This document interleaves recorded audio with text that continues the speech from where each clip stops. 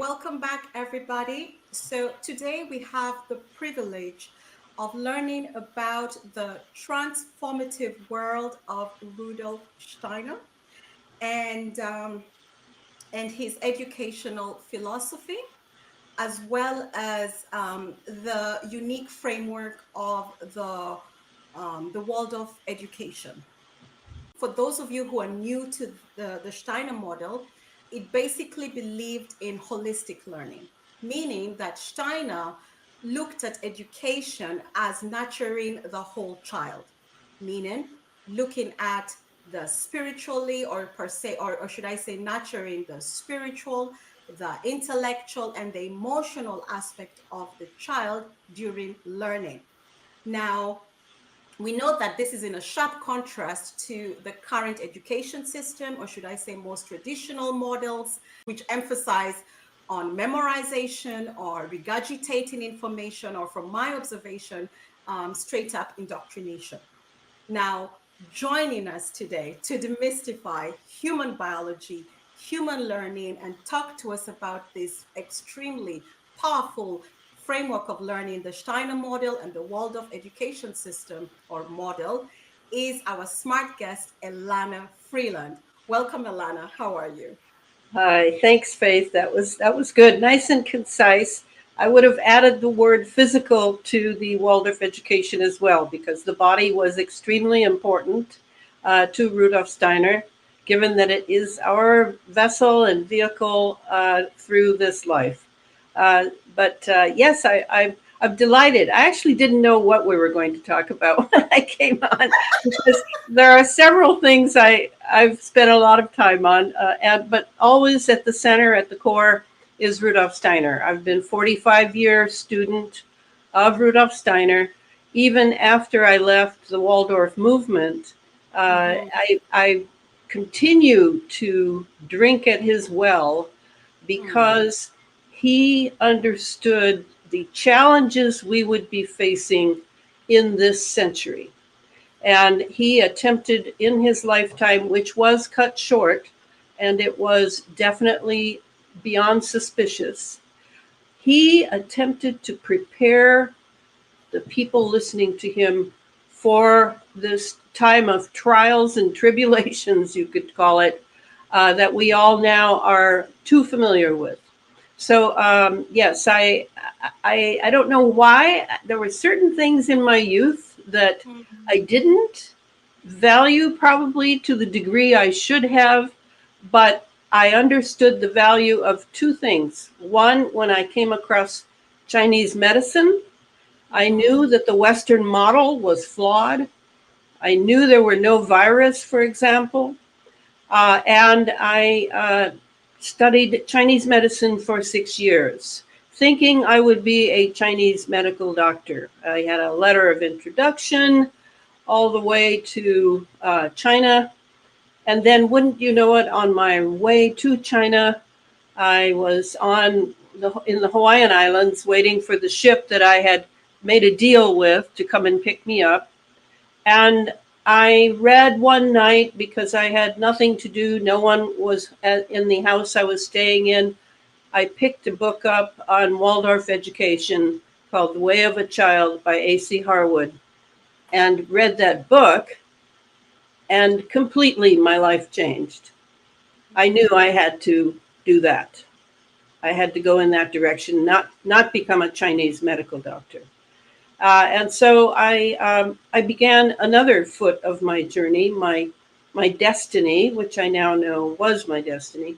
And by following the Waldorf education model, and then going forward into more of Steiner's writings and his lectures that were written down, I realized how all-encompassing this man was, and began deep study. So, you never know what life is going to bring you when you're making plans. That's what I've realized. Yeah, I'm making plans, and who knows how that'll go, right? Yeah, we talked about that with one of our guests, Sherry, and I was telling her how, in Western culture is very linear. You must have a plan, stick to it, keep, straight lines. And I was telling her in African culture, most cultures, we believe in the wave. Yes. Going with the wave. And even when we're talking, it doesn't matter what, the Westerners might perceive something as off topic, but we believe that spirit is actually coming through because someone wants to hear it in some different time, space, and time. Yes. So Yes. it's all relevant, all relative, and all at the right time. Well, and that really was what science originally was. I mean, Mm, I need to stress that Rudolf Steiner is often thought of as a mystic or a philosopher, or in Waldorf, of course, a great educator. But we know that he gave indications to many people doing different things in human culture. So he wasn't just in education or just in the arts or just in metaphysics. He actually was in translating from the Austro-Hungarian Empire way of doing schooling for upper learning. He actually was a PhD in physics. That's really what he was. And he did his thesis on Johann von Goethe's color theory and plant morphology. So, he's one of those sort of all over the place scientists because he understood that science is really about inquiry. It really is about you inquire, you form a thesis, you then test your thesis in the laboratory or in nature or wherever, and you go from there. So I always want to remind people, because of course now you know that one of my great interests, 4 books worth so far, I have to say, is geoengineering. How yes. did I end up in geoengineering?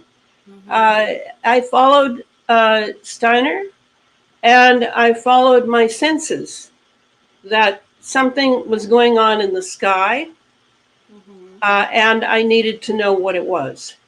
That was 15 years ago. So I was trained by Rudolf Steiner, by my studies with him through his works, not so much in the citadel of anthroposophy, which is the name of his philosophy, in Dornach, Switzerland, as just books that are more neutral. I can open to a page, I can go back 10 pages and reread something. It's not a video being fed into my retina. It's not something that I'm subject to, who decided was valuable and wasn't. I can read straight from the person who is now deceased, but their works are still very alive. And I can study what they said and try things on my own. And that's pretty much how I looked at Steiner after I left Waldorf. Though during my Waldorf years of starting Waldorf schools here in my home state, now a home state of Washington, I, uh, I, I followed a lot of things that he was saying. Certainly not everything. It's way too much. He has 6,000 lectures, and Really and extensive, like yes. 20 some books, and I definitely have not read or all of those at all. But there are certain things that I was attracted to, that I followed, and one of those was, of course, thinking, because I've always been I was sort of a prodigy as a child, and I've always read since I was very young, too young really, and I wanted to understand what thinking was, because it's quite mysterious that you can have these thoughts in your head, and then you open your mouth and out comes sometimes some very surprising connections.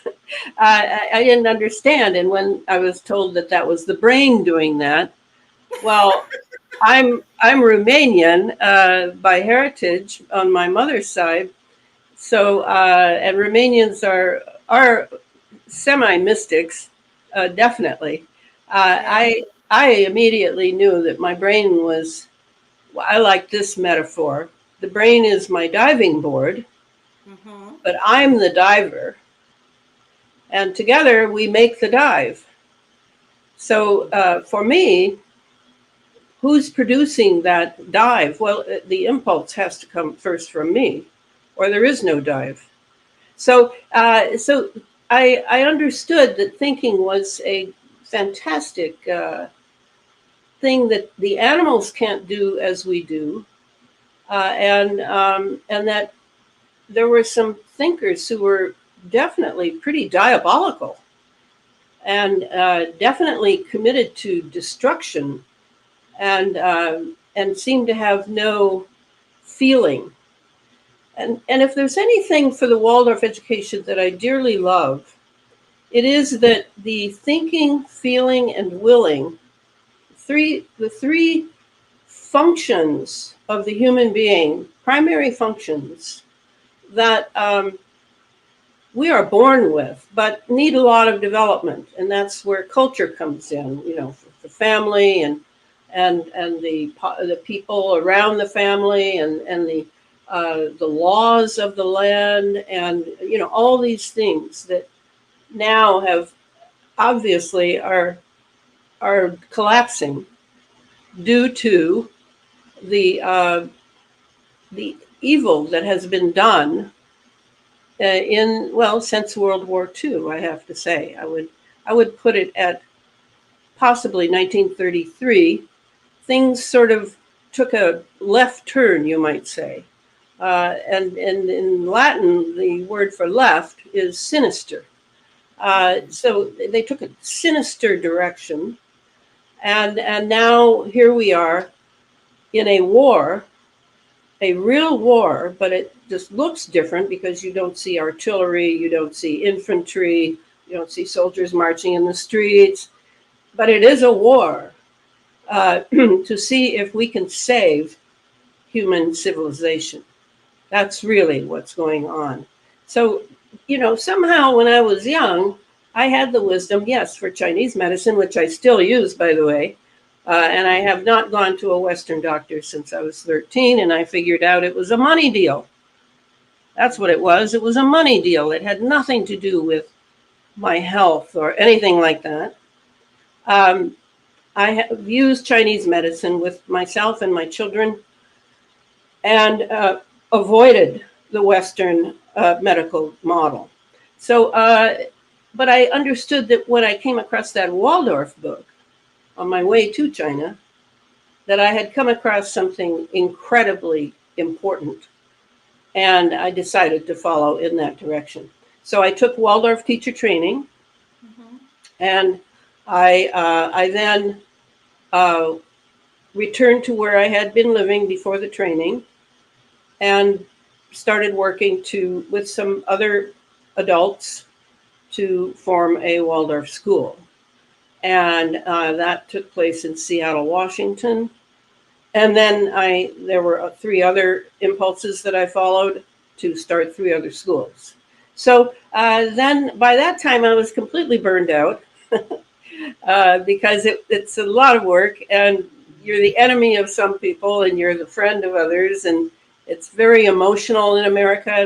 The parents and all the people who are connected to starting impulses they're influenced by things that they're not even aware of. Awareness really is very low in the American, but their will is strong. They're very willful. They're very wanting to do something, and so that's why Waldorf was quite popular when I got involved in it many years ago, because the children are doing a lot. They're not just listening to the teacher talk, talk, talk, talk up front. They're making their own main lesson books. They're actively listening to myths, fairy tales, legends, very old stories with many archetypes in them, with many deep feeding elements to the soul, because Rudolf Steiner was very clear that each child comes to the earth for this incarnation, and their soul has already lived many, many lifetimes before in different cultures, in different civilizations. They have undergone traumas. They have undergone epiphanies. The gamut is very extensive. So rather than teach a child spiritual principles, that they do not have the forces yet to direct the way they will when they're adult, you lay open these wonderful stories of the hero and the anti-hero, things that are done and not done, and how things turn out from that. So you get all these wonderful pictures, because the right brain is very active in a child, the left brain less so at that point in their development. So you have that, and then you have painting. They're painting a picture out of the story. You might have clay modeling.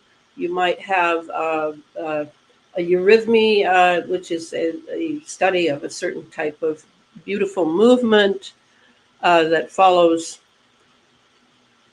an understanding of the etheric forces in the earth and in the human being.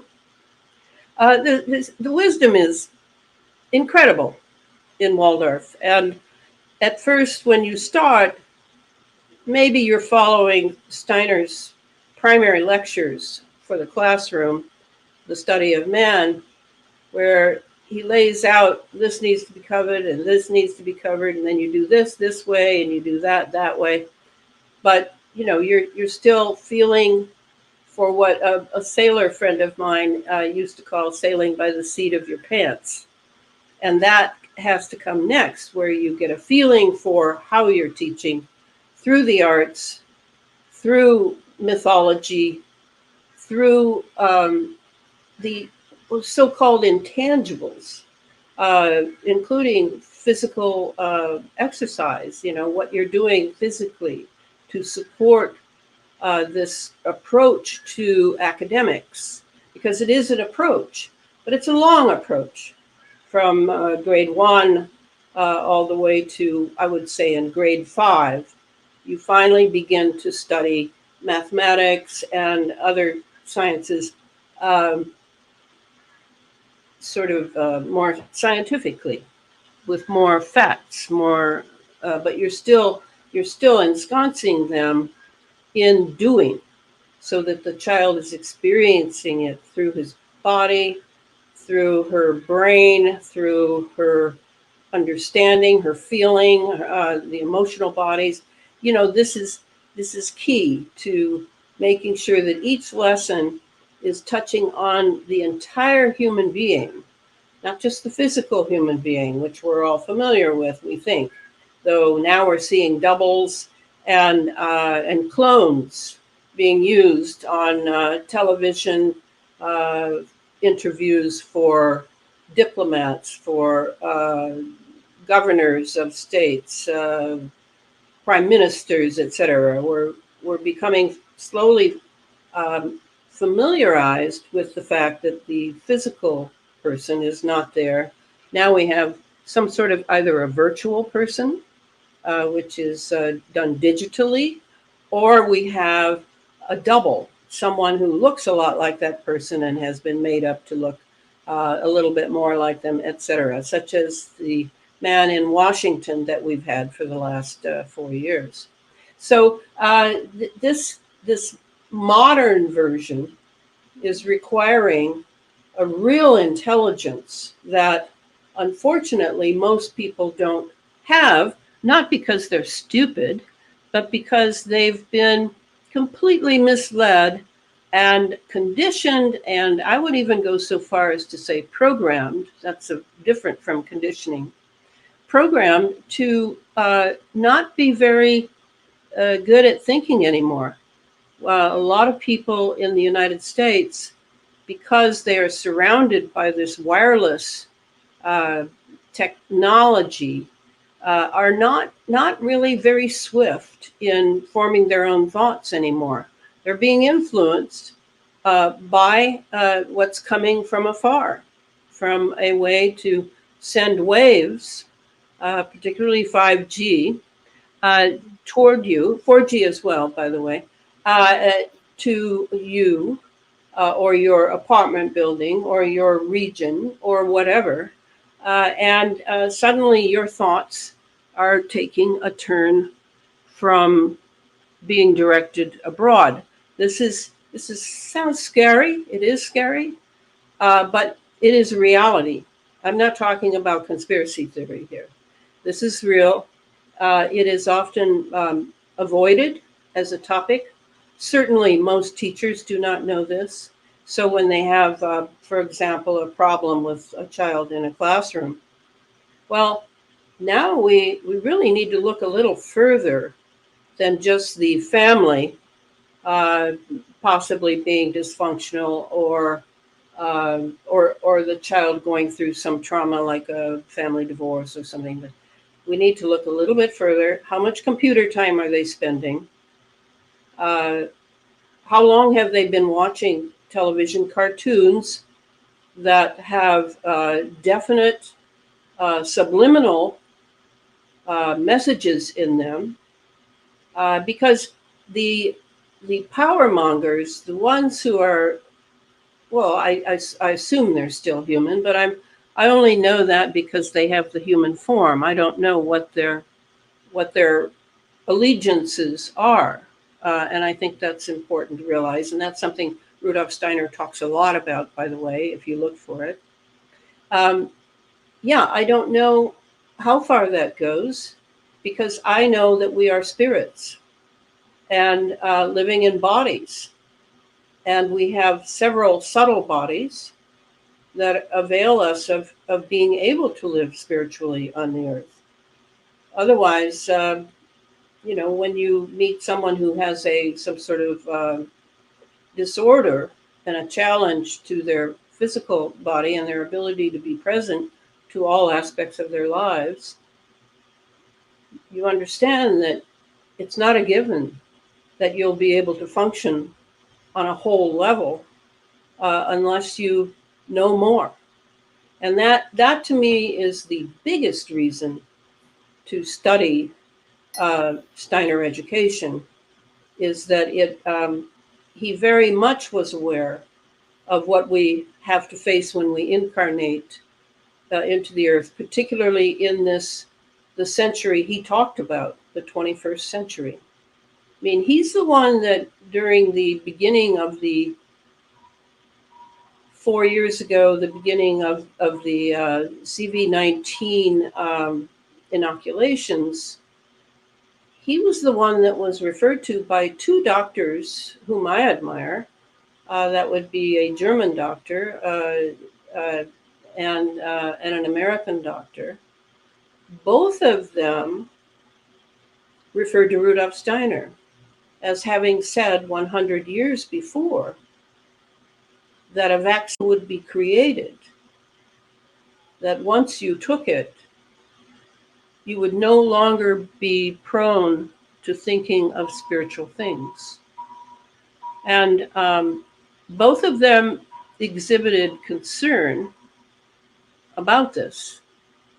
And well, they should have, because that's kind of what the Waldorf teacher today is attempting to prepare children for, is this tremendously challenging time that has just begun. This is just the beginning.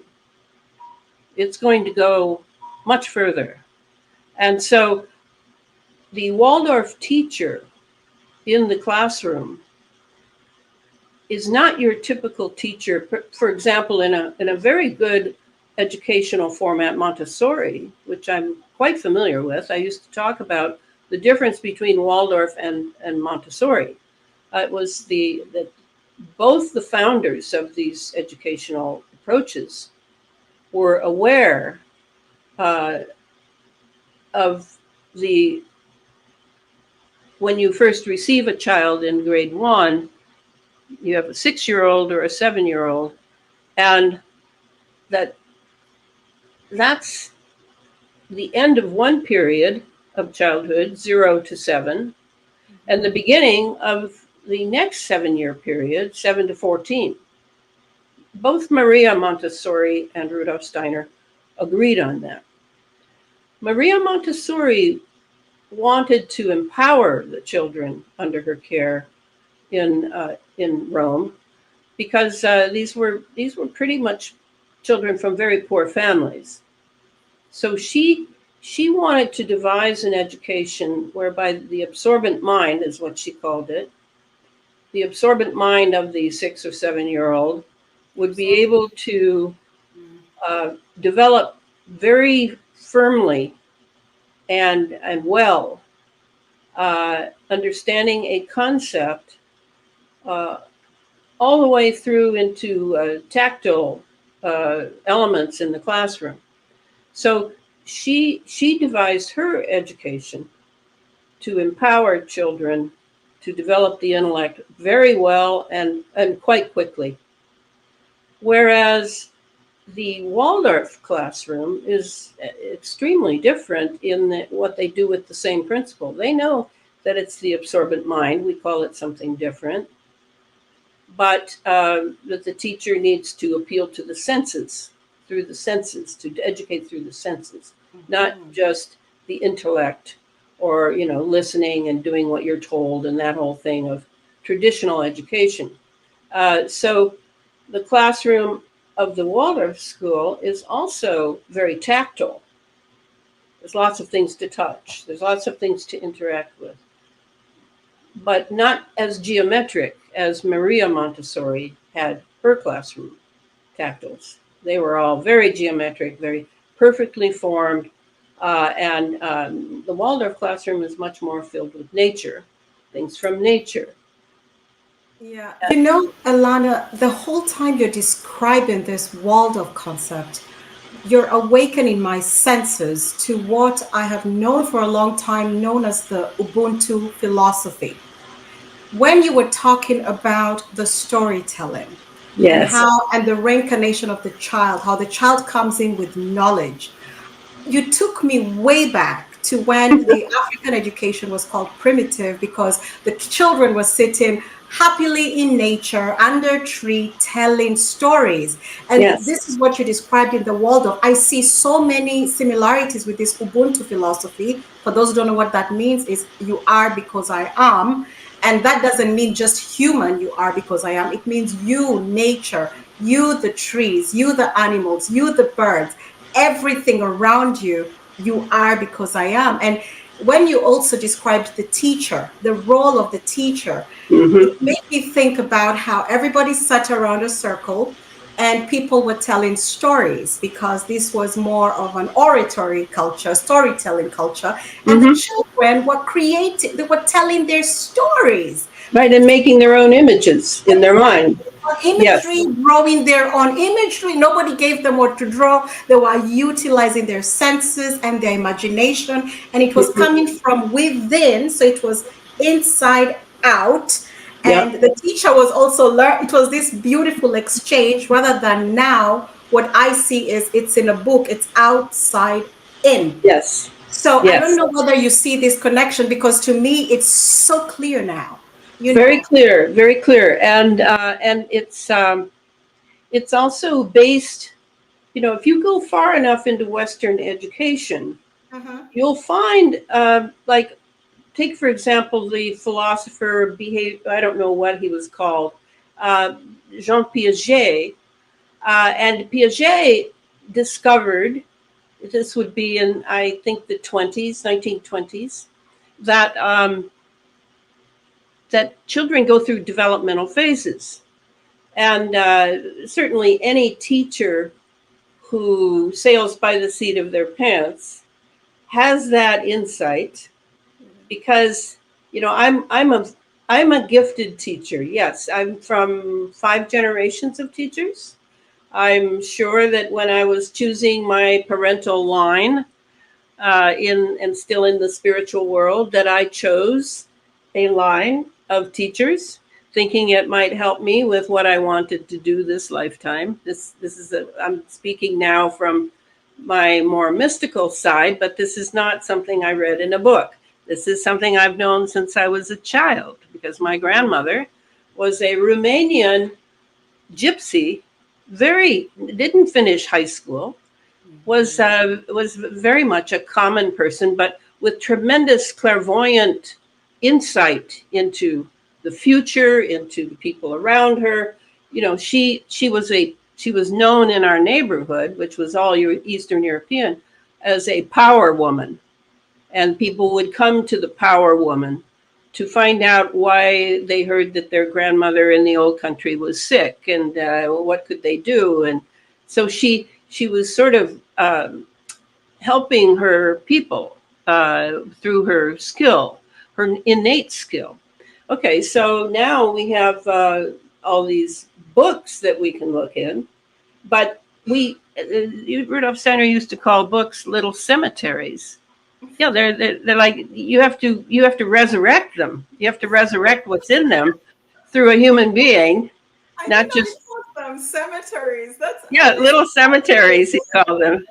So, you know, you have to be able to resurrect them with your own vitality, with your own astrality. I would use that word. that's what I meant. Okay, you read it, but you have to add your own twist to Yes, it. You yes. resurrect So, it. so the Okay. difference between this and the African system that you experienced as a girl is simply that now we have concepts of how to guide the child through the different uh, to be a modern Western person, certainly, you need to guide the child from the absorbent mind period, when they, you know, stories is sufficient to introduce them to all sorts of venues that have to do with real life. And the mathematics you're doing is through rhythm. You know, you're not presenting them with very complex problems. They're not sitting there with their little brows knitted trying to figure out how to add and subtract and things in first grade. No, you're doing it through the body, through the rhythms of the body, and you know, and marching and throwing things, copper rods, and there's all sorts of things that go on that are physical to give them that feeling in the body. So you're teaching through the body and through the imagination. And the imagination to Rudolf Steiner was not just you're making something more palatable that is generally boring. No, the imagination is a soul capacity of creation. You know, when it says that in the beginning there was God and God did this and God did that, and here's water and here's this, well, that's, you know, and then Jesus says, you shall do greater things than I. This is the realm it'll come through, is through the imagination, but you have to bring the imagination along from a very tiny child's all the way through high school, and hopefully they will not kill it when they go to college and are involved with people from the culture that they've been born into. So you're preparing the child through these principles, through these concepts that have proven to be true for thousands of years, basically, in the Waldorf classroom. So if you just follow the curriculum, you can find your feet eventually and be teaching straight out of yourself, especially if you spend lots of time prepping your lessons. You know, and I was often very behind in that. You know, I'd have the children saying, I'd stop and go, "What happened next?" And they'd say, "Oh, well, this happened, you know, and then this happened, and this happened," you know, and they'd help me because Yeah, I the was, absorbent brain, right? yeah, because well, and I was doing so much administration when you start at school that Yeah. I I I couldn't do the teaching to the degree I wanted to do it. So anyway, no, it's brilliant. It's absolutely brilliant. Could I? Yeah, Is there yeah, anything and I I? must, yeah, and Go I ahead. must, yeah, and I must add, Elana, I didn't have the privilege of have learning under the Ubuntu philosophy. You know why? You know why? because unfortunately this was deemed primitive. So in Africa today, yes, it is shunned. Okay, what we're talking about right now is shunned, and right now everything, well, most of the education is totally westernized. Classroom, sit down with your Yes, tablet and your phone. terrible. And So we now, don't go through the traditional education system that we're talking about right now. I'm also a product of this, yes, unfortunately. But it, I did know what was deemed primitive. I yeah. did have the privilege, Elana, of visiting a Waldorf school in Kenya, Nairobi. Oh, And let me good. tell you, because I had already started learning about sacred geometry and all this stuff, as we Yeah, were driving through the driveway, I could see the sacred geometry, how it was set up. I could yeah, see the traditional setup, everything in alignment with nature, the yes. geometry, the everything was so in alignment. But guess what? The feedback I got from the parents whose children were there is it's primitive, it's backward, and it's overpriced Well, it's because it always was overpriced. traditional and it looked nature based. It looked not so sophisticated, if you know what I mean. So Yeah. that's fun as well. Just to clarify, that's this Ubuntu philosophy is not happening. Well, and you might think that it's simply because the Westerners in charge of education in a nation or a district or whatever just don't know. They just don't know how valuable this bedrock of the senses and the body Mm, are in early childhood education. They just don't know. No, the truth is, the ones at the top know, and they don't want that kind of human being. They do not want the one that has a holistic way of doing things. And how do I know that? Well, I mean, it's not hard to figure out once you get close to these people. I was at one time the private school representative for the state of Washington, where my job was simply to go to private schools and have a little checklist and check off, they're doing this and they're doing this and they're in compliance. That was my job. But by being able to visit these private schools, which were generally pretty small, mm, um, I got to see what people were doing. And I met some astonishingly great teachers in those private schools who couldn't take the system and did not want to be compromised by the system. Now, we say the system and we think it's just an accumulation of a bunch of bureaucrats, maybe, or something like that.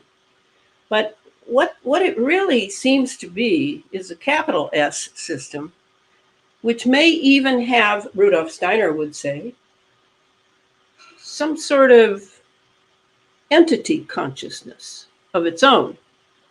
That mhm, so much has gone into this of people who are into power, people who don't just like having summer vacations and don't really teach very well at all.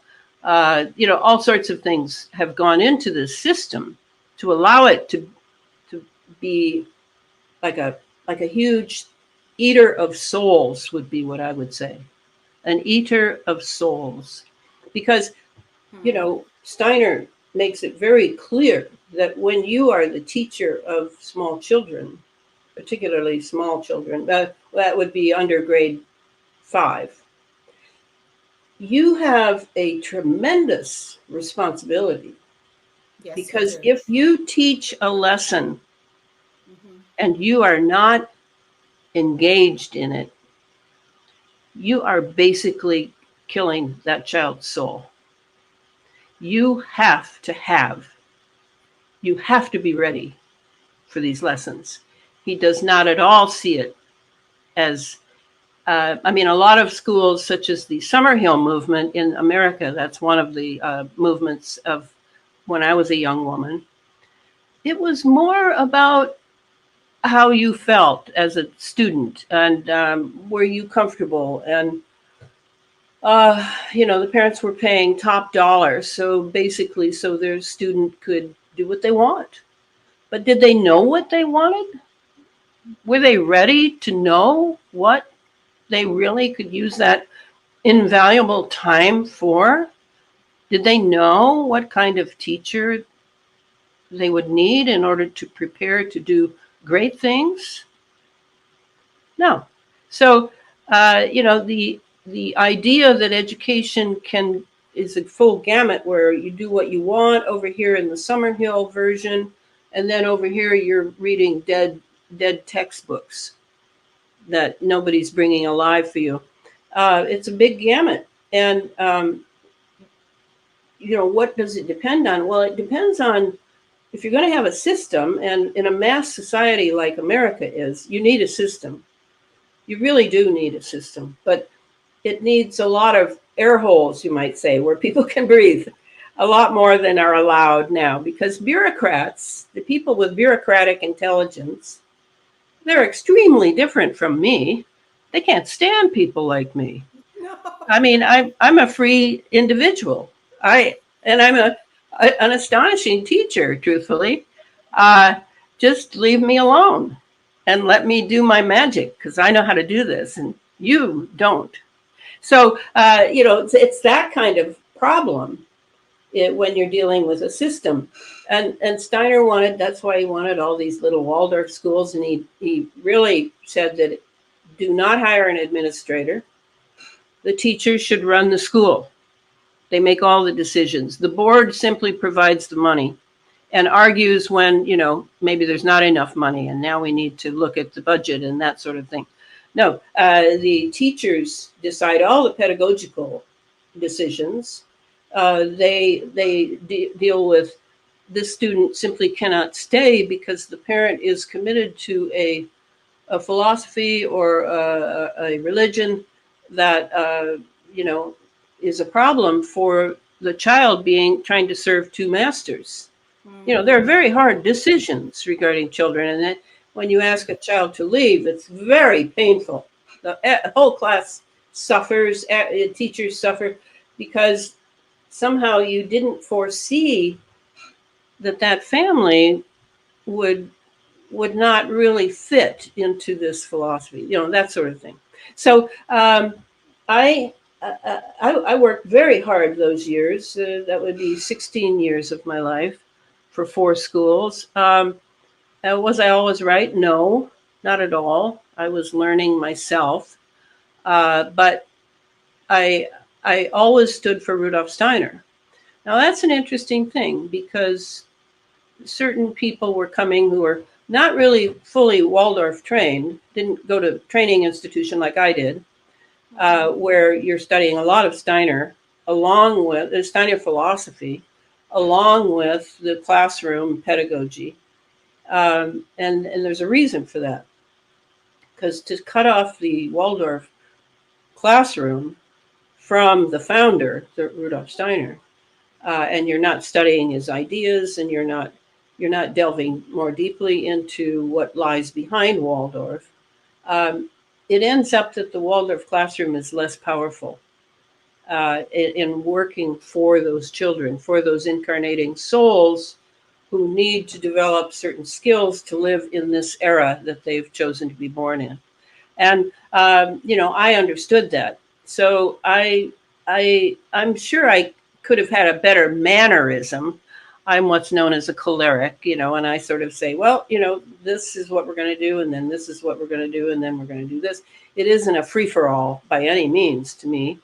It's the teachers getting ready behind the classroom to in their meetings and working things out, so that when you're in the classroom, you're putting forward a strong footprint of Steiner's insight into what readiness for this era would mean.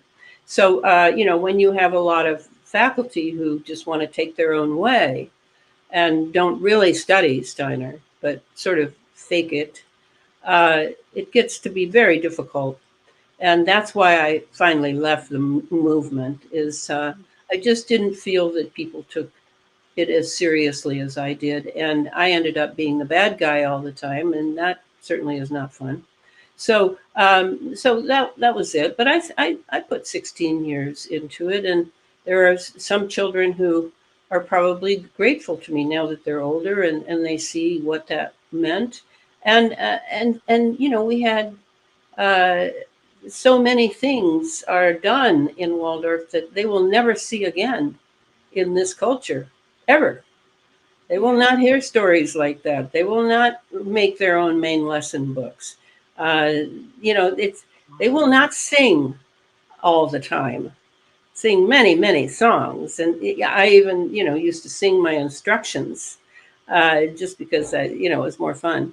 But this the it's such a gift, and so when you have the high tuition, you know, to say a word for that here in America, that's required because uh, it's if you allow federal funding of Waldorf schools, well, they're going to be in the classroom and they're going to want this, that, and the other.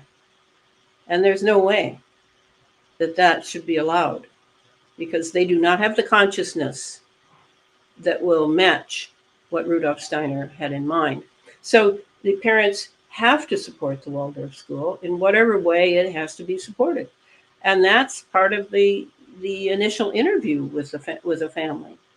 Yeah. And And Elana, how do you see the evolution of learning? Because I'm seeing a trend taking root, and this is the trend of homeschooling. uh-huh. There are certain parents who are dissatisfied, and but you know they're between a hard place and a rock because they have their work, their job, they can't be home, so they're looking for Yeah. online programs that can substitute or can help with this transition, but they really want to homeschool. Now, I don't know Yeah. what your thoughts are on this. Do you see this as do you think that they can incorporate Waldorf methods somehow on their own? Is there a way for them to learn and implement this by themselves as somebody who is considering homeschooling? Well, I think there are some people. I vaguely remember talking to some people. It was a long time ago. Remember, I don't live this lifestyle anymore. Yeah, yeah, I Um, know. You uh, really do. who had formed an online course by I think a few Waldorf teachers, Mm, experienced, and okay. the parents could pay a reasonable tuition to take that course, and then certain things would be defined or they would be helped to understand certain essentials that have to be there. One that I think of right away, because when I was the private school rep, I also visited homeschools. And what I found was that the homeschooling, it makes it difficult if the home is is primary and the homeschooling is secondary. And what that Mhm. means is the schedule changes all the time, and there's no rhythm. There's no rhythm. Well, you can't teach and expect great things from what you're teaching if you don't have keep a rhythm.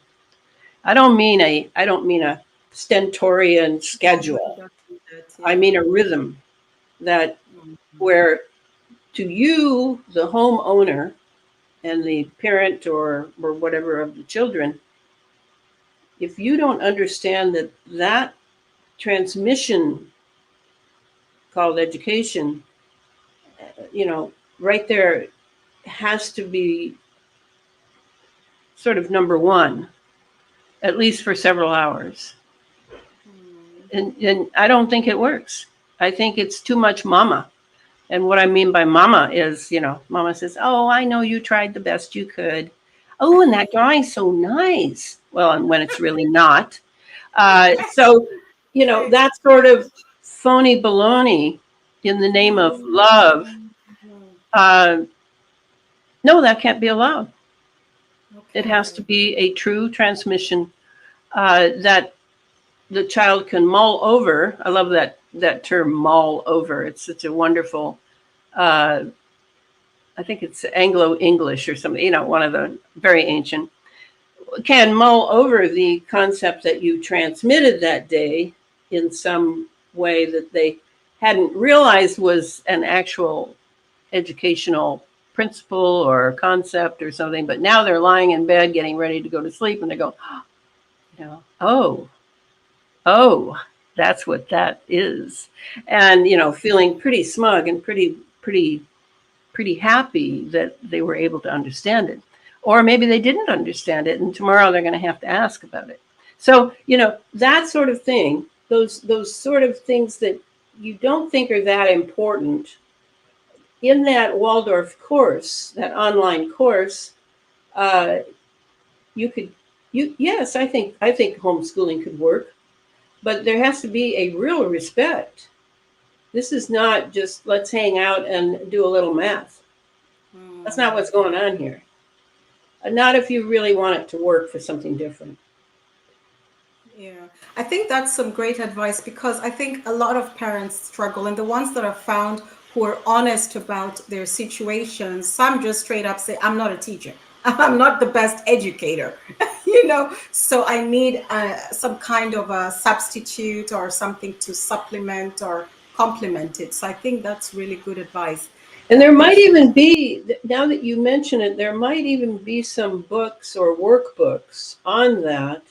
Hmm. I'm thinking of, I must have seen a catalog or something, but I'm thinking there might be. So if you contact a Rudolf Steiner press, for example, and or a Steiner press, I can't remember the name of it, but you go to the bookstores and or the publishers and say, are there workbooks for homeschoolers who want to present, the curriculum well, then see what's out there. See what's out there.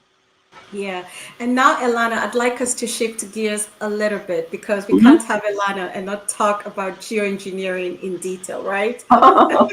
Well, Yeah. geoengineering. Especially, Elana, when we're talking about human biology and what geoengineering means. Oh, yeah. Regarding biology. Oh, yeah. Yeah, Well, so just need you to that's take this key. where you want to take it. Yeah, just Okay. take it where you want to take it because I think it's important for us to understand the connection between human biology, geoengineering, the weather, the climate, and all the things happening around this. Right, right. Well, there's some things happening regarding this that I'm sure your listeners do not know anything about because there are people that don't want us to know anything about it.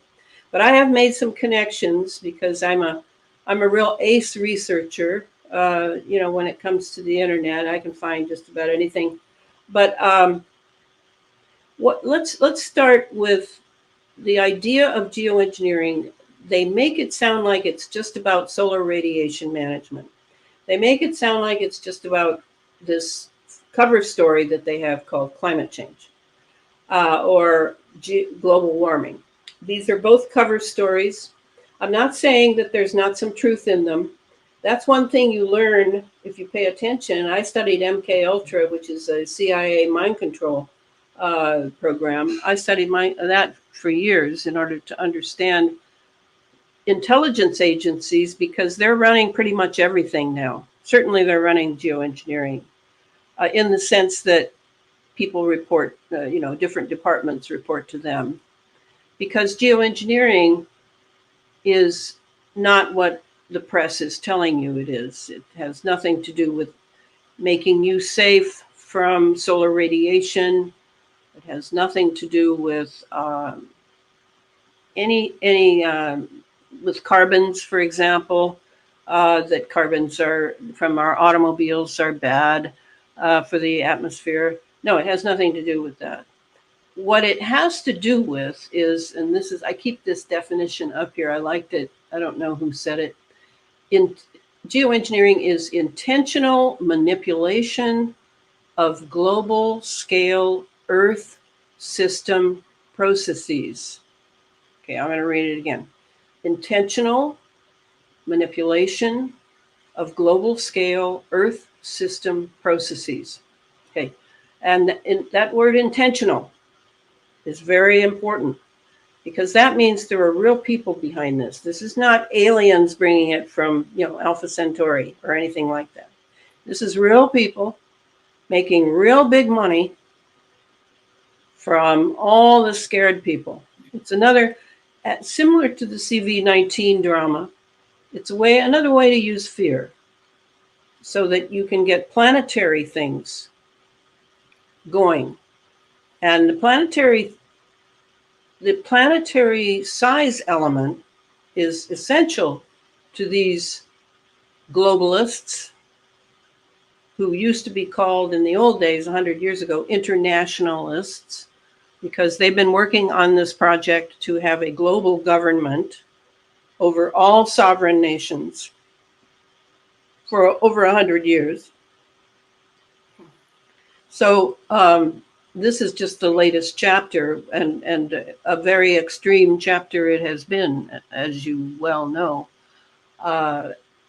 So what geoengineering is really about, this list comes from Clifford Carnicom, an independent scientist that life introduced me to. You know how things happen as you're making plans over here, then life brings you the very person you need for the next 20 years.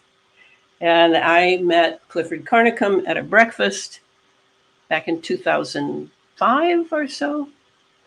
And he started talking about what he was studying. He was seeing these jets flying in the sky with this stuff spewing out the back that people kept telling him were contrails, but he's a chemist. He was trained in chemistry as one of his subjects.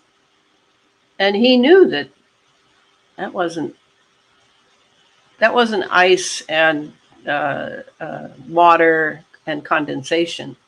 No, this was a chemical signature he was seeing coming out of these jets. And that was way back in 2005. And he'd been seeing those jets since 1995. So he was collecting condensation that would come down after the jet had passed.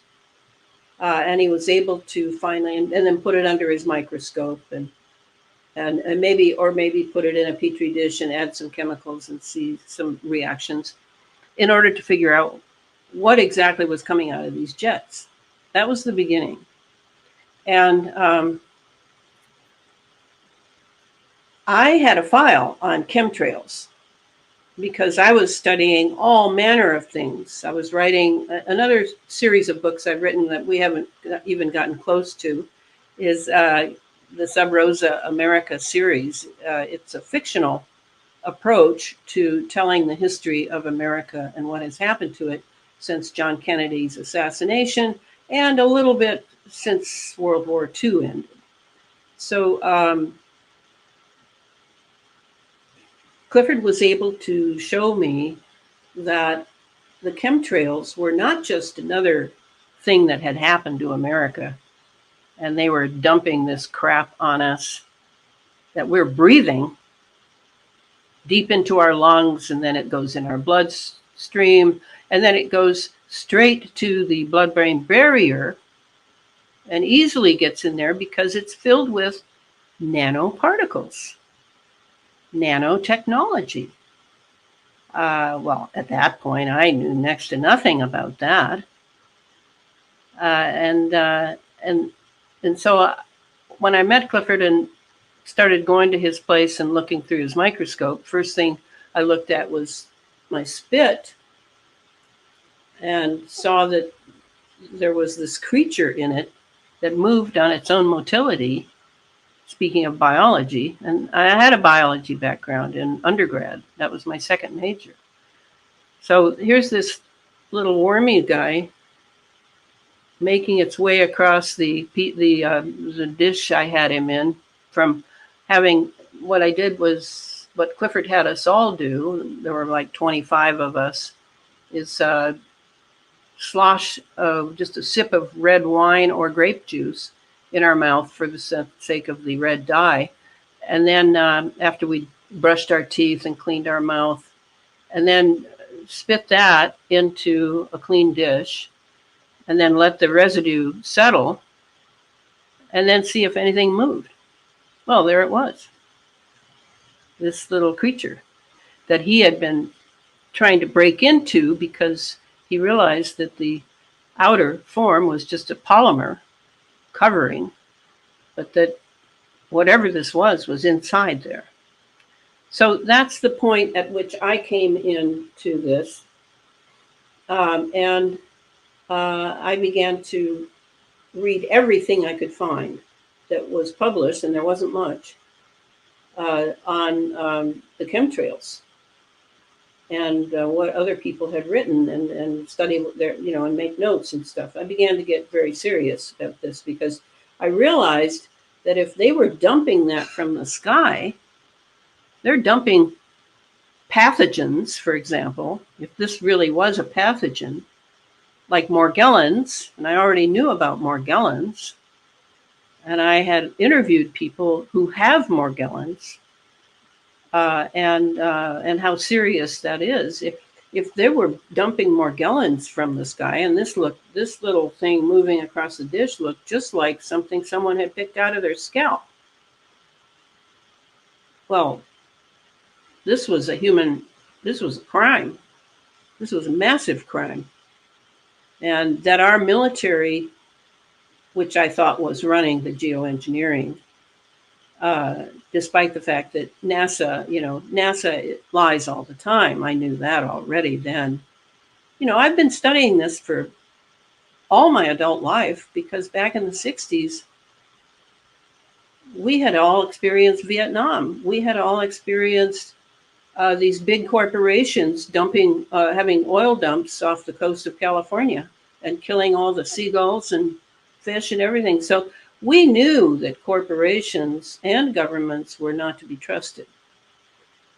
So that I was studying all of this, and I had files on just about everything. That's how I came into it. And each book I've written 4. The 4th one will be out in February 2025 from Inner Traditions Publishing.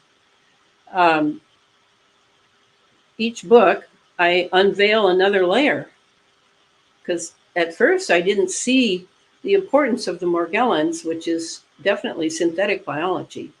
And synthetic biology is basically a misnomer. There's a term for it. I don't remember right now, but no, there's no biology if it's synthetic.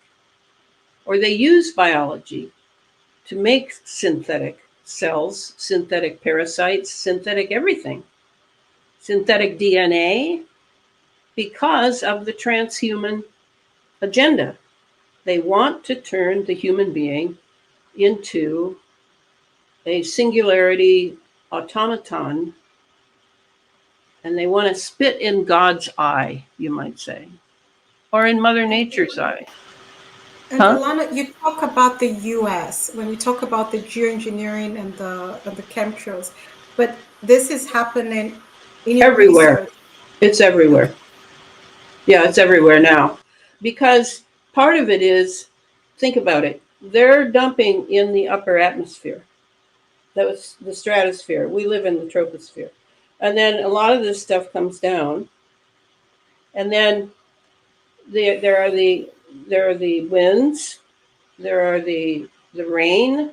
They're controlling the wind, they're controlling the rain. This is all AI control. The weather is absolutely controlled. And the clouds, those clouds that everybody loves, I guess, well, they're plasma. These aren't the clouds I had when I was a child. These are made of plasma. And I have plenty of proof for that. So no, it's been one layer after another to figure out what these elites, these people who have governed the planet for thousands of years, what they have in mind for the human being. Because we're breathing all this in. This aerosol delivery system is just a godsend for them. It's just, and now they put the CV-19, so-called, into the aerosol program as well. And now we're breathing all that in. So this is very serious. And this is why I've spent 13 years, or maybe 15 now, just on this. I haven't had time to all the other things I'm interested in or that I know things about. Other than MK Ultra, I do keep up with MK Ultra to a degree to help the people who are victims from it write their stories. I do that because they often don't have money or resources, and I do a freebie now and then. So other than that, though, I pretty much spend every day. There are no vacations. There is no break on getting these books written. Now I'm working on the synthetic biology book that will be out after the geoengineering book comes out in February. and all that is not to save people today. I think most people are now mind controlled. I don't think they're at all aware. And so I'm writing these books for the future, for people who will read. I live in a nation where nobody reads. I mean, they don't read. They would rather watch a video Yeah, and I make think that short too. that is global now. You know, Yeah, I've read studies about the attention span, yeah, the reduction in the attention span. I think every year it keeps dropping that's right. drastically. It's like a steep drop, and you can see that also in how we are evolving from longer videos to YouTube Shorts to the TikTok 30 seconds. This is also showing how they are responding to the attention span. Right. And you also hear people saying, oh, I don't want the video to be too long, you know, just 5 minutes, but you can't learn anything in 2 minutes or one No, minute. So, yeah, I think this is a global but challenge. but just remember that the the transhuman movement, what Hmm. they want eventually is that we'll be completely plugged into the internet, and we will just receive pre-digested news into our cortex. There will be no processing. We will only be given the information we need. So that's what we're facing now. Let's What bring does back. that look like, Elana? What does that look like? That looks like complete mind control, where the human being, first of all, your inner. If you study what the live blood analysis people, and I'm involved with a group out of Australia. I go to Hmm. their sessions when I have time, and Hmm. I'm collecting everything they're doing. They make sure I get copies. Is They're finding the first thing they've been studying is what is in our blood, live blood analysis. They're using dark field microscopy. They're using very expensive microscopes in order to see on this scale, and they're finding not just the CV19 uh, ingredients, hydrogel. Uh, I mean, there's so much. They're finding that in everything, not just in your blood. It's in. I just got one yesterday from a woman who has her own microscope, and she has discovered that in Pepsi Cola, there is. It has the same thing in it that the CV19 had in it. It's like identical. So they've got it in the food supply. They're coming at it away from our will, away from our activism, uh, and they're doing it very quietly. And and then when someone comes out, like the doctors I'm involved with, they are mainly doctors. Um, then they just put out a bunch of uh, stuff about them not being what they seem, and they're this and they're that, and it's dirty pool then. So this is a real war, and for me, I'm working so hard because I at least want a human remnant, because now with the deaths that have already happened, well, that's among them, maybe not all, but among them is a very big new transhuman, the first transhuman people, and they are being tracked by satellite, and they are receiving, a lot of them have to do with hospitals. I would, unless I'm in an automobile crash where, I need immediate attention, I would never go to a hospital, nor would I go to most doctors, of course. But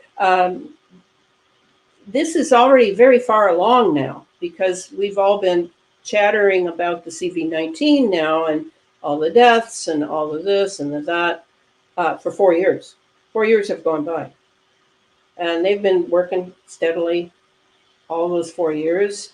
And they're following that first batch of transhumans. So that goes forward. And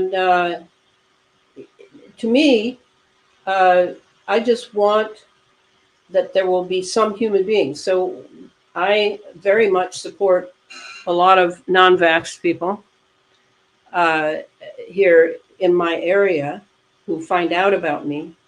I certainly don't try to be found out about, because I think that's why I'm still alive. Part of it, and I don't have a PhD in biophysics or anything. So that's where we're at. And to me, Rudolf Steiner, I'm on the front lines in writing these books. So I'm trying to write books that will reflect what I think has happened at this point. Now, there will be a lot of new stuff coming, because there's going to be another hit coming, as I keep finding out. But, to prepare the younger generations for this, it wouldn't be in the Waldorf classroom that you would, hit them with this. This is too big. Well, when we're talking about the biosphere and the spraying, the Yes. aerosols, I Yes. couldn't help thinking about our gardens. Yeah. You know what I mean? I was just thinking, it just got me Yeah. thinking, I what is that going understand. to do to our gardens? Like, because we all got crazy about gardening and growing our food But and, you used saving you the used bees by putting flowers. We all got crazy, but now what does that mean? but if you are using GMO seed, then it's not a real garden, But how would because, we even know whether it's well, GM or when not? you buy the seed, it's kind of like, you're looking on the black market now for seed, in that you want to find someone who has a conscience and has what's called heirloom seed. People don't know this, and they're still eating GMOs. I don't, I mean, I eat GMOs when I go out to a restaurant. I can't help it. And I know they're using that because it's cheaper. Here in America, GMOs are everywhere. But for my own daily use, I only eat organic. Only. I never buy any GMO foods, because that seed is synthetic. See, I don't think you're getting any nutrients from it either, because it's synthetic seed. It's not real. I mean, it So is real. we have the seed to deal with, we have the rain to deal with, we have the No, no, I aerosol. know. I was getting to that. Ah, You yeah, will yeah. still have the geoengineered weather. You will still have that. Okay. But it's the seed that is the important part. The rest, you keep your immune system strong. And there is a way to do that, and I will cover that in this book. You keep it strong and vital, and it will handle the rest. But not if you eat synthetic seed. Then all bets are off.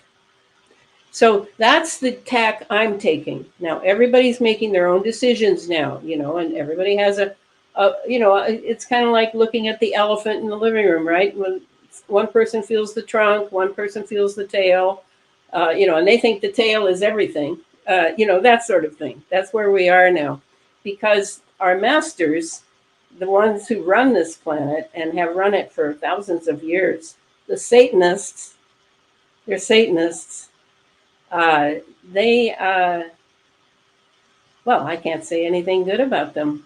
They're completely captured. I certainly wish the best of that they can possibly get themselves out of what they're in. But I don't think there's any way by which they could turn to another path.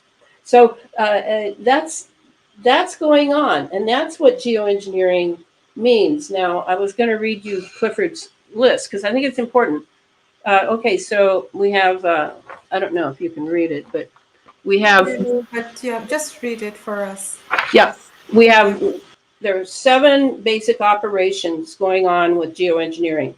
The Mm-hmm. first one is weather engineering. All the Mm-hmm. weather is engineered now. There is no natural weather that I know of.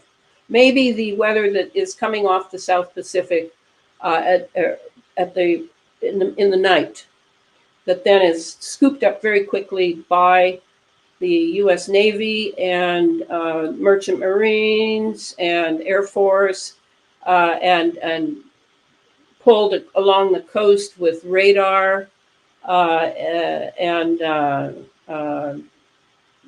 what's it called? Well, anyway, with technology, pulled all the way up to right off coast where I am, so that it can be tacked onto the jet stream that is over Vancouver Island north of me. And then they yank that jet stream because they control the jet stream entirely.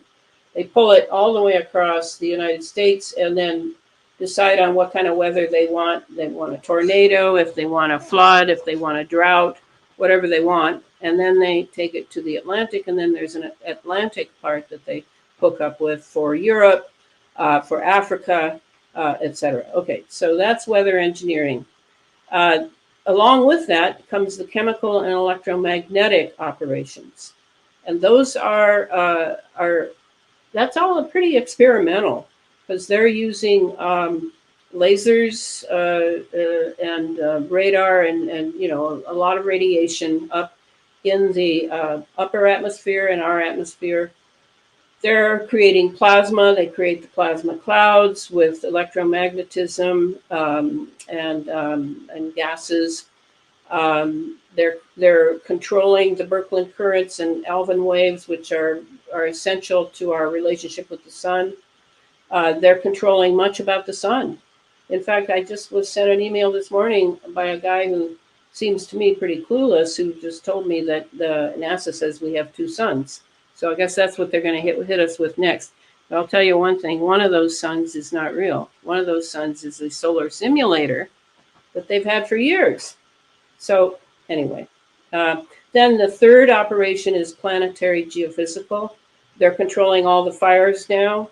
They can heat up areas, and they have all this aluminum oxide in the soil, compacted to 6 inches, that they can set on fire, ignite, and that's all nanotech. That's all nano. So the fires are excruciatingly hot, and often water will not put them out. So that's part of what's going on the geophysical level. Then the fourth operation is directed energy weapons. That certainly is obvious, though I'm sure a lot of people don't realize that a lot in their Internet of Things around them and the 60 hertz or 50 hertz in the walls, all of that can be used as a directed energy weapon now, especially with all the waves that are moving through us and we're not even aware of them. So then the sixth operation is that six? Five. The fifth operation is surveillance and neural manipulation, and that simply means they know where all of us are all the time, and mind control is generally being done by satellite now, and that's the purpose of all those little satellites that went up, to be able to control our minds, along with the nanotechnology that we're breathing in from the chemical trails. And then the sixth is digital biology, nanotechnology, transhumanism. Okay, so then a lot of the digital technology that we're breathing in as well. Basically, tiny little computer parts. We breathe those in too. They're so tiny, we have no idea. And as soon as they're in, they can be told where to go in the body. Wow. That's already a done deal. And then the final one is the one that I'm expecting to see any time now, which is the UFO, attack, quote unquote, because they've had exotic propulsion craft since they brought the Nazis in at the end of World War II, and they can do a lot, and they have cloaking where you can't see it. Your senses need not apply because you're not going to be able to see it, and you certainly aren't going to be able to feel it unless it hits you. So this is what geoengineering really is, and that's why it's taken 4 books for me to lay it out, because all along I've had to learn Wow. all this. What a time to be alive. I know. Wow. I'm thrilled. I'm thrilled to be here. This is the kind of warfare I love. Elana. I am a warrior. I am a warrior through and through. I'm still digesting. I think each of Well, those, you're in shock. I I mean, know. it's a lot. Of Each course you're in of shock. those, I was in shock. I each would of sit those is I a would shock sit in and itself. I would sit and weep. I would weep. This is it. It's a lot. It's very extensive. You read through the list, but if you really think really deeply about that list, each of that area, that is a whole huge. Yes. Those are Yes. all elephants in every room. Right. So I had to ask myself, as the closing of this most recent geoengineering book, I've learned a lot enough now about all the components. Mhm. If I were to say, is there a way that we can weaken this system, short of going out and trying to pull over some cell towers, which I don't think will work anymore because the satellites are more and more taking up what the cell towers used to do. Um, I think it's our relationship with electromagnetics. I think that's where we have to hit. We have to change our lifestyle. We have to not be such children about, oh, this cool toy like Alexa or whatever that's called. These things that have snuck in like a Trojan horse into our lifestyle that can be used against us. I think this is where we have to begin, is to really strip down. Like I only have my computer. Mhm. I don't have anything else that is on this scale. I don't have a TV. I don't have a cell phone. I refuse to buy one. They're deadly, and you can be controlled 24/7 by that cell phone, even if it's off. It doesn't matter. So I have a landline where I just hung up on 2 people, or maybe only one, and I have my computer, and then I have my electric lights, and then I have these devices I'm putting in my um, electric sockets that I was gifted with by an electrical engineer, and they broadcast 24/7 a friendly uh, frequency to help my body and brain survive all the 5G and 4G that is everywhere around me, right? All my neighbors, in the Okay. air, everywhere. And it seems to be working quite well. I'm 77 years old. I have no joint problems. I have no health problems. I eat very little meat because now they're injecting all the cows in America, including they're trying to take over the organic cows. Uh, so I look at food very differently now. Not at all out of my desire, not at all out of my appetite, not at all out of being pure, because I know nothing is pure now. But And it doesn't taste the same. And I was having a conversation with a colleague of mine, and she was telling me how she all of a sudden she's allergic to fruits that she loved. and I ate a nectarine, which I love, and it I felt like it almost killed me, because my stomach hurt. It has never happened before. So we were having this conversation, and she said because maybe our body recognizes it's foreign. Well, it recognizes it's not real. Yeah, Yeah, because we and ate these fruits, but now all of a sudden everyone is allergic to almost everything, or it doesn't well, just taste there the is same. no such thing as allergic. I mean, you can throw that out. That is the body rebelling against whatever you just put in it. Uh, Yeah, but but the animal products, yes, everything. And I'm training myself to eat less. Well, at 77, you really don't need that much food, to tell you the truth, if you've lived a very vital and full life. But I definitely think that by giving you my list, I have given you a whole bunch of things that you need to study. And you really have to begin with my books because I don't know anyone else using that particular system and going as deep as I do. So there it is. I know that you can get my books. Okay, they are published, they have been translated into Serbian okay, and Dutch. okay. But so far, no Danes have taken it up.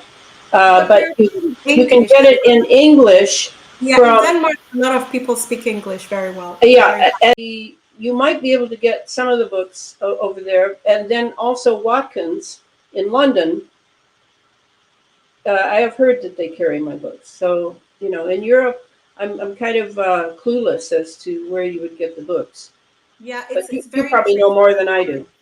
Yeah, it's very tricky sometimes because Amazon And if people want the book I would recommend, in mm, lieu of the two that'll be coming out very shortly, is called Geoengineered Transhumanism. That I wrote that in 2021, and mhm, it's a very fat book and it's expensive. But mm, if you want color photos, the mhm, Amazon version is black and white. Nothing I can do okay. about that. But the color photos would be from the Rudolf Steiner bookstore in Seattle, Washington. And you can find him on the net. And he carries everything I write, actually. Very kind of him. And I would recommend that book, even though the shipping would probably be a bit dear, but not nearly as dear as it is to send it to Australia. I recently had to send a couple of versions to Australia. It cost me as much in postage as the books did. Yeah, but yeah, try sending it to Africa. It costs you three times. It's almost Yes, impossible. yeah, yeah, and It's you can crazy. tell by that the people they don't want to know these things. You can really You can tell. really tell. Yeah, Yeah, you yeah. can. Yeah, they really. Yeah, you can really tell. Yeah, And but your show is the first one I've ever done, which has half Rudolf Steiner and Waldorf and half geoengineering. I've never done that before. we went with the wave. We did the wave. We did the wave. Yes, We did very the wave. nice. Yeah. Very But nice. I totally enjoyed it. I hope you will be back. And, Elana, I want to thank you so much for coming on and sharing your Yeah. knowledge and your information. It was so much, it was fun, but it was also thought provoking, I must say. There's a Yes. lot to think about here. And I'll let you have the last word and then we can head out. Well, my last word is simply wake up, and if you are awake, figure out how you're going to stay awake in all the ways that you don't even know are coming yet, and value your humanity. It's not a matter of nations, just nations now, or races, or any of that. It's a matter of the human being is under massive, massive assault. So we think of our children, we think of the future. Uh, we need to study. We need to do research. We need to take this very seriously and put it forward as probably the most important thing going on in our lives today. Yeah. Okay, so thank you so much, Elana. To all our listeners, thank you for stopping by. This was our smart sister, Elana Freeland, who has shared so much on the Rudolf Steiner framework of education, or should I say his philosophy and the world of education, as well as geoengineering. As you all heard today, we went through the wave of things and we did a part two. So I think you're in for a treat. I want to thank you all again. And as always, until next time, goodbye.